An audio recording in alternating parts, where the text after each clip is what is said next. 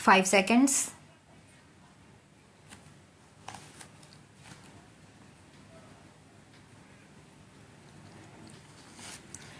Revenue has to go into a consolidated fund.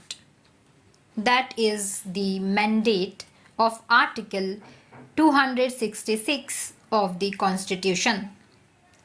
It has to either go into the Consolidated Fund of India or the Consolidated Fund of a state. It cannot go nowhere, and I am afraid the draft amendment circulated leaves this question unanswered. I can understand the problem that you faced. I think, to the best of my understanding, the problem was how to avoid double counting. But I think there was a more elegant way of dealing with the problem of double counting. I think the draft is clumsy. Maybe it can't be rectified at this stage when we are in the final stages of debating the bill. But I would just add a word of caution that the drafting in this respect is rather clumsy. The second issue was, I think, an issue that could have resolved in 5 minutes. How can you, in a destination-based tax, have a retrograde provision like some states being allowed to impose an additional 1%?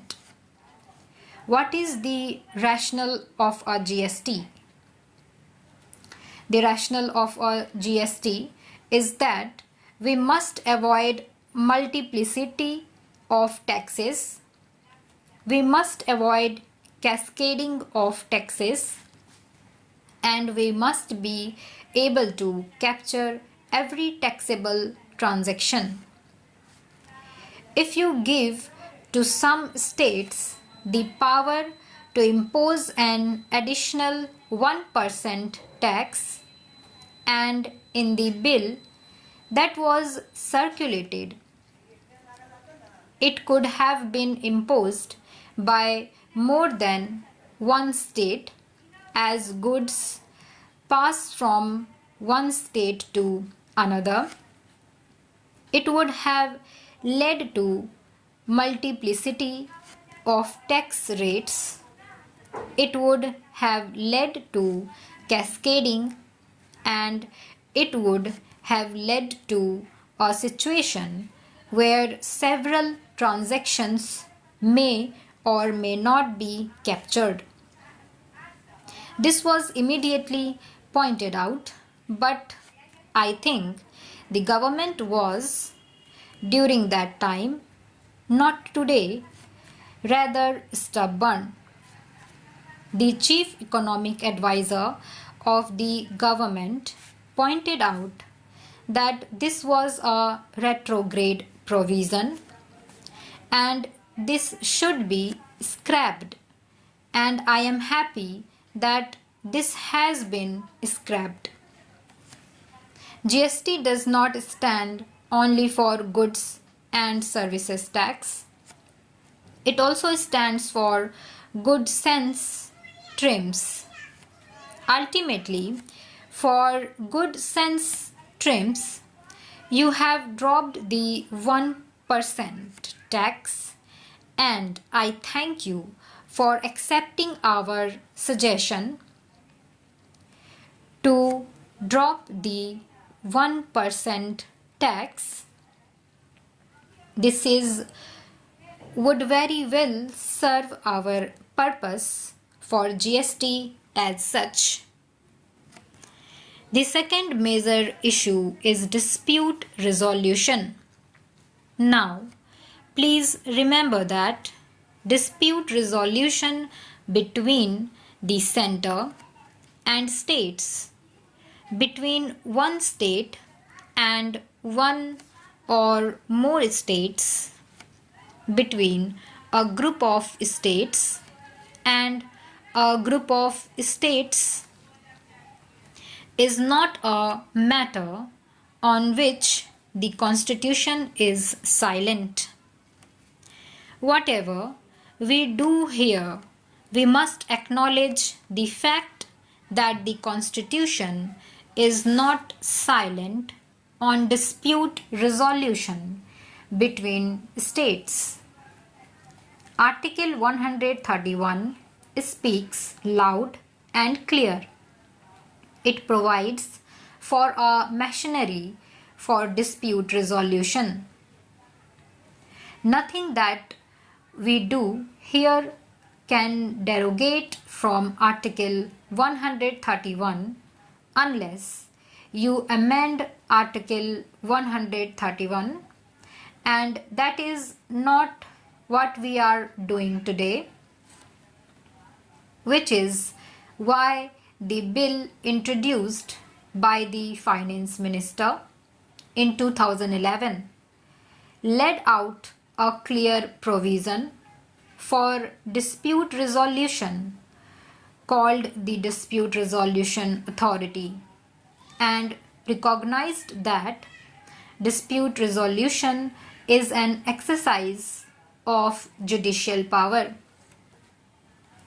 Just as the government is jealous of guarding its executive power, just as we in Parliament are jealous of guarding our legislative power, the judges of this country are jealous about guarding their judicial power. Time and again, the judges have said, if you encroach upon our judicial power, we will strike it down. I still maintain that the provision introduced by the Finance Minister was the best provision, or clearly a much better provision than the provision introduced in the present bill. The draft circulated was very deficient. It did not even require the GST Council to establish a mechanism. It says may lay down the modalities, and in discussions with us, and I believe discussions with other parties, it was pointed out to the government that this is hopelessly deficient. You must oblige the GST Council to set up a dispute resolution authority, and it must be set up with back date. A mechanism cannot be set up after the dispute arises. That is the difference between rule of law and rule by law. In a country governed by rule of law, the dispute resolution authority is known to everybody even before a dispute arises, so that you know if a dispute arises, you go there. If you set up the machinery after the dispute, that is not rule of law. That is, show me the person and I will show you the rule. I am glad that some strengthening has been done to this provision. I would still urge the Finance Minister, if he is inclined to do that, to strengthen it during the course of this debate, he can move an official amendment.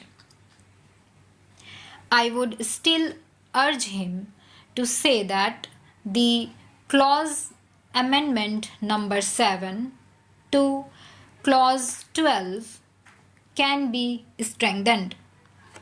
Stop.